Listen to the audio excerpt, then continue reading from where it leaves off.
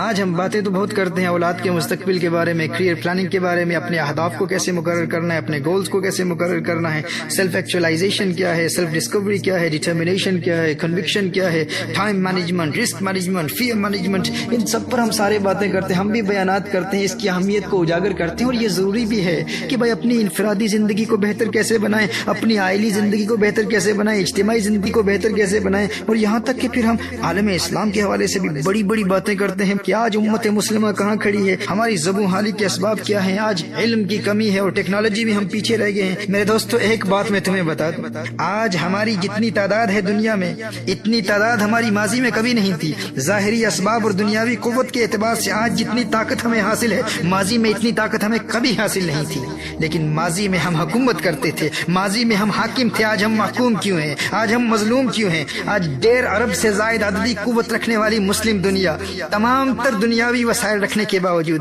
آج اس قدر قسم پرسی اور پسماندگی اور زبوں حالی کا شکار کیوں ہے؟ آج اسلحے کی قوت بھی ہے، فوجی قوت بھی ہے، آج 56 مسلم ممالک ہیں، ہر طرف مساجد ہی مساجد ہیں، درسگاہیں ہیں، علماء کی کثرت ہے، آج ہم ایٹمی طاقت ہیں، آج سب کچھ ہے۔ لیکن کیا وجہ ہے کہ وہ افرادی قوت کے اعتبار سے بہت کم ہونے کے باوجود وہ جہاں سے گزر جاتے تھے دشمنوں کے سینوں میں کپ کپی طاری ہو جاتی تھی،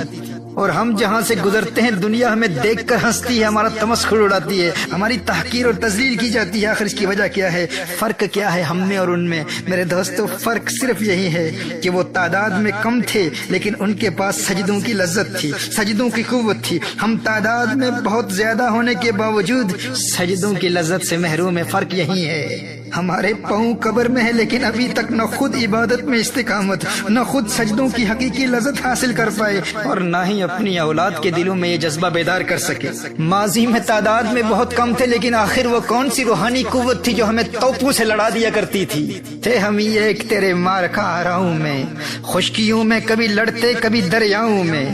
دی آزانے کبھی یورپ کے کلیساؤں میں، کبھی افریقہ کے تپتے ہوئے صحراؤں میں، شان آنکھوں میں نہ جچتی تھی جہاں داروں کی، کلمہ پڑھتے تھے ہم چھاؤں میں تلواروں کی، ہم جو جیتے تھے تو جنگوں کی مصیبت کے لیے اور مرتے تھے تیرے نام کی عظمت کے لیے، تھی نہ کچھ تیغ زنی اپنی حکومت کے لیے، سر بکف پھرتے تھے کیا دہر میں دولت کے لیے، ٹل نہ سکتے تھے اگر جنگ میں اڑ جاتے تھے، پاؤں شیروں کے بھی میدان سے اکھڑ جاتے تھے، تجھ سے سرکش ہوا کوئی تو بگڑ جاتے تھے، تیغ کیا ہے ہم توپ سے لڑ جاتے تھے، نقش توحید کا ہر دل پہ بٹھایا ہم نے، زیر خنجر بھی یہ پیغام سنایا ہم نے، صفائے دہر سے باطل کو مٹایا ہم نے، نوع انسانی کو غلامی سے چھڑایا ہم نے، تیرے کعبے کو جبینوں میں بسایا ہم نے، تیرے قرآن کو سینوں سے لگایا ہم نے۔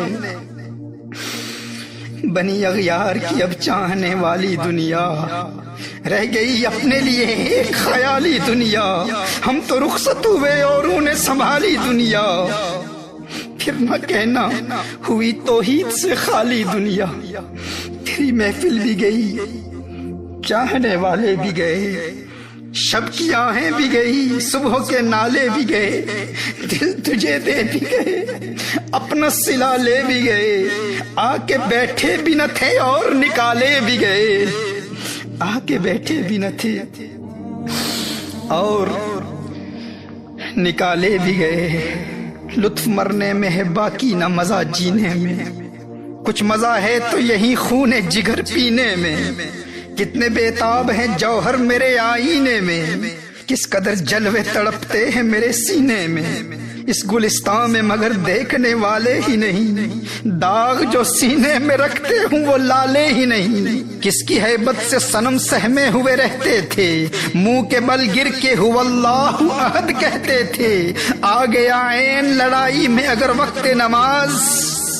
آ گیا عین لڑائی میں اگر وقت نماز، قبلہ روحوں کے زمین بوس ہوئی قوم حجاز، ایک ہی صف میں کھڑے ہو گئے محمود و ایاز، نہ کوئی بندہ رہا نہ کوئی بندہ نواز، بندہ و صاحب و محتاج و غنی ایک ہوئے، تیری سرکار میں پہنچے تو سبھی ایک ہوئے،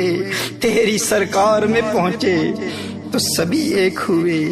چاک اس بلبل تنہا کی نوا سے دل ہوں،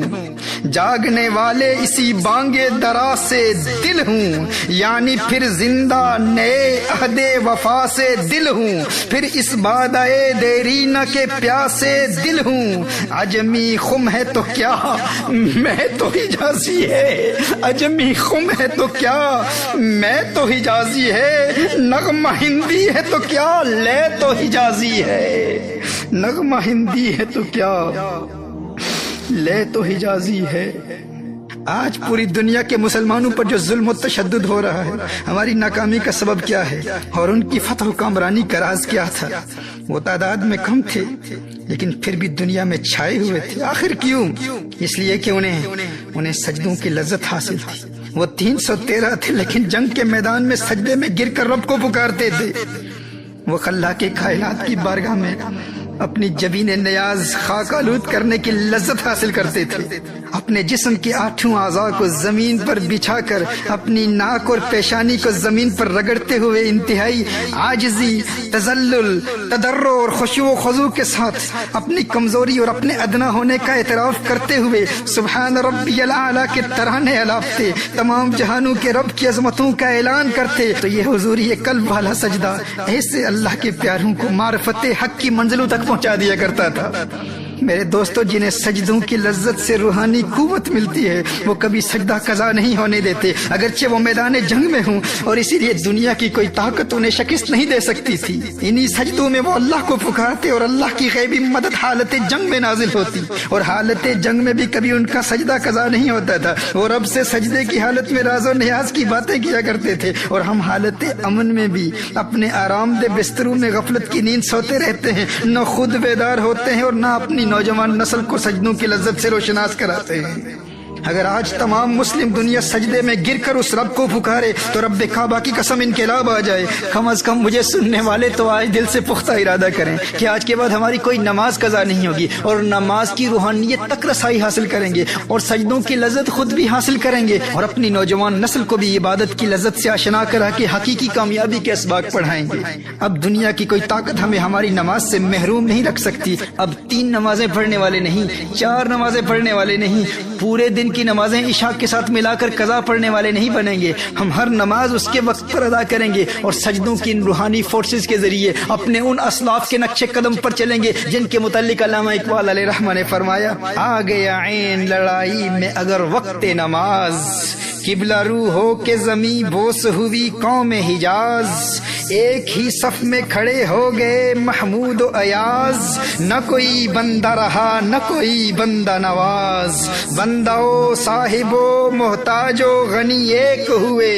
تیری سرکار میں پہنچے تو سبھی ایک ہوئے۔